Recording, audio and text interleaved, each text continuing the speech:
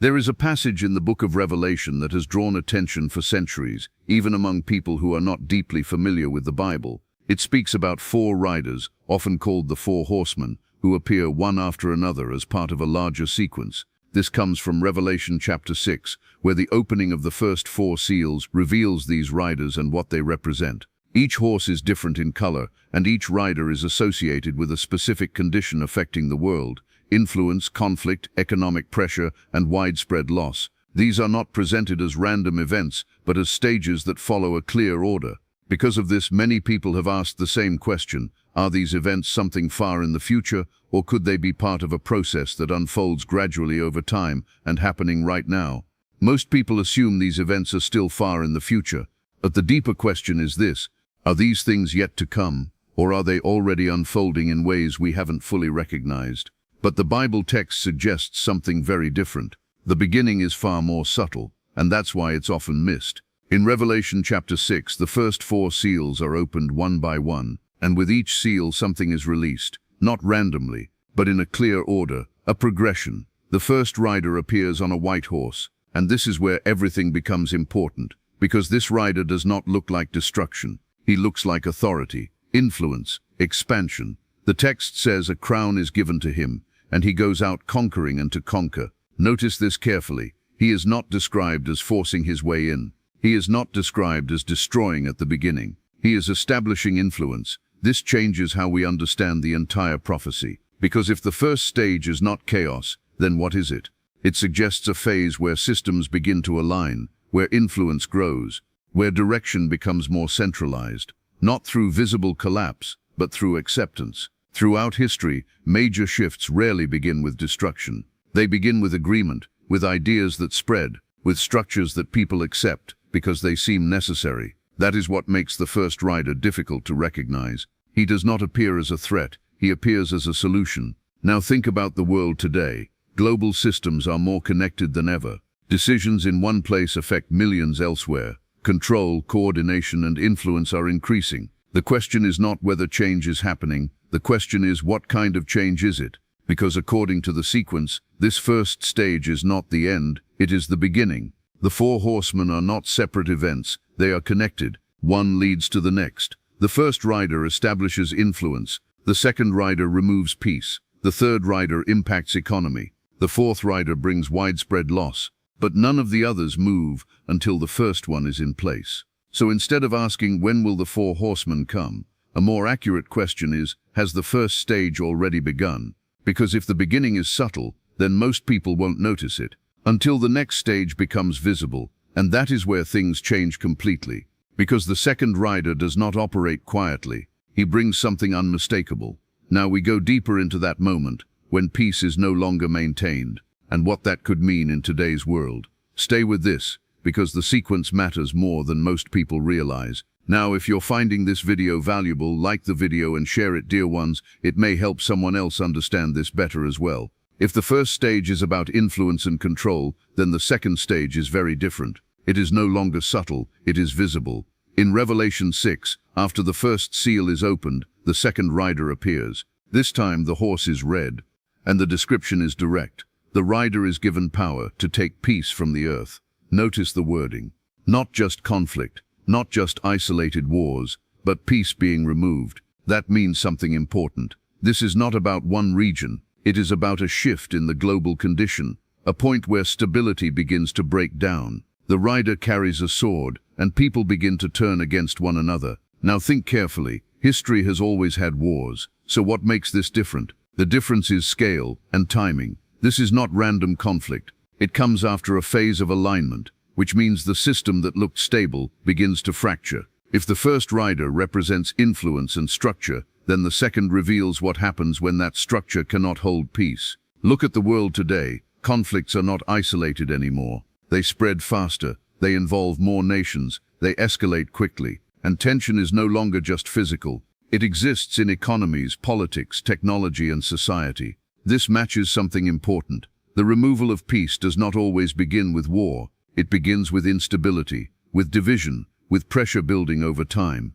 Then suddenly, what was held together no longer holds. This is why the sequence matters, because the second rider is not the start, He is the result of systems under pressure, the result of growing control that cannot maintain balance. And once peace is removed, everything changes. Decisions become reactive, nations become defensive, people become uncertain, and this leads directly into the next stage, because once stability is broken, the next impact is not immediate destruction. It is something more gradual, more practical. It affects daily life. The third rider appears on a black horse, and what he carries is not a weapon, it is a scale. This represents something very specific: economy, supply, value.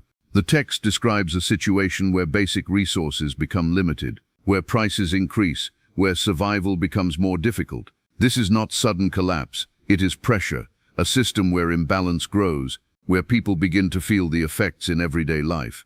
And this is where the sequence becomes clear. First, influence and control. Second, loss of peace. Third, economic strain. Each stage builds on the previous one, and if you look closely, you can see how one leads naturally into the next. Because conflict affects supply, instability affects systems, and pressure affects people. The question is no longer theoretical, it becomes observable. Are we seeing systems under pressure? Are we seeing instability increasing? Are we seeing economic strain affecting more people? These are not conclusions, these are patterns, and the sequence suggests something important. Once the third stage is in motion, the final stage is not far behind. Now we go into the fourth rider, because this is where the full impact of the sequence is revealed, and why this prophecy has been taken seriously for centuries. Stay further, because the final stage explains everything. Before going further, think about this. Which stage do you believe we are closest to right now? Influence. 2. Loss of peace. 3. Economic pressure. 4. Final stage. Comment your answer below. And like this video so more people can understand this clearly. Now let's continue. The fourth rider is the one most people recognize, because this is where the sequence becomes complete. In Revelation 6, the fourth horse appears. Its color is pale, and the rider is named directly, Death. But this is important. The fourth rider is not acting alone. The text says, Death, and Hades followed with him, which means this is not a single event. It is the outcome of everything that came before.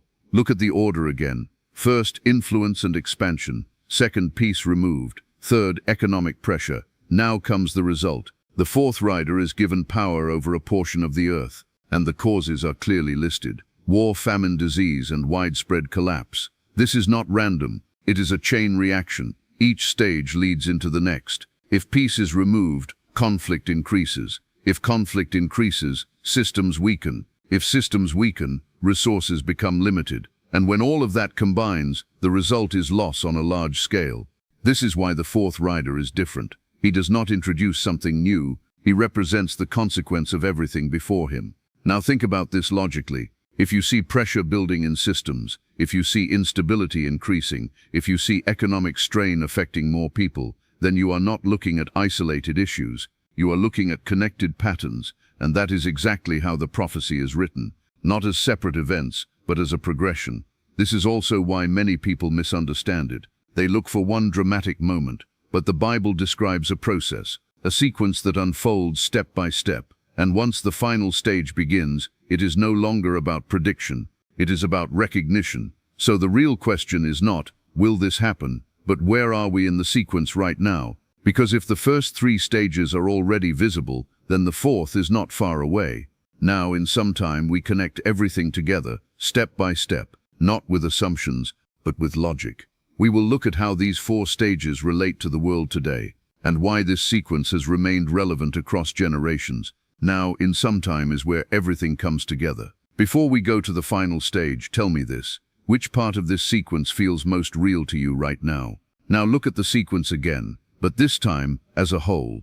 The first rider establishes influence, not chaos, not destruction, control, direction, expansion. The second rider removes peace. Tension rises, conflicts increase, stability weakens. The third rider affects daily life. Economy shifts, resources tighten. People begin to feel pressure directly. And the fourth rider is not a new event. He is the result of everything before. This is the key point most people miss. The Bible is not describing isolated events. It is describing a chain reaction. Now think logically. If systems become more connected, then disruption spreads faster. If tension increases, then peace becomes harder to maintain. If conflict continues, then economy is affected. And when all of that combines, the outcome is predictable. This is not about guessing, this is about sequence. And once you see it like that, the question changes. Not, is this real, but where are we inside this sequence? Because here is the reality.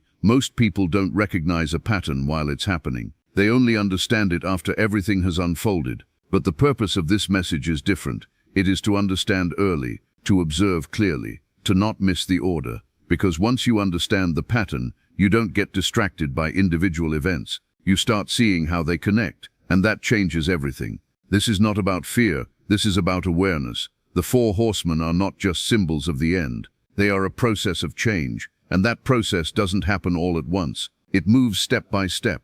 So the real question is simple. Are we at the beginning, in the middle, or closer to the end of that sequence? Take a moment and think about that.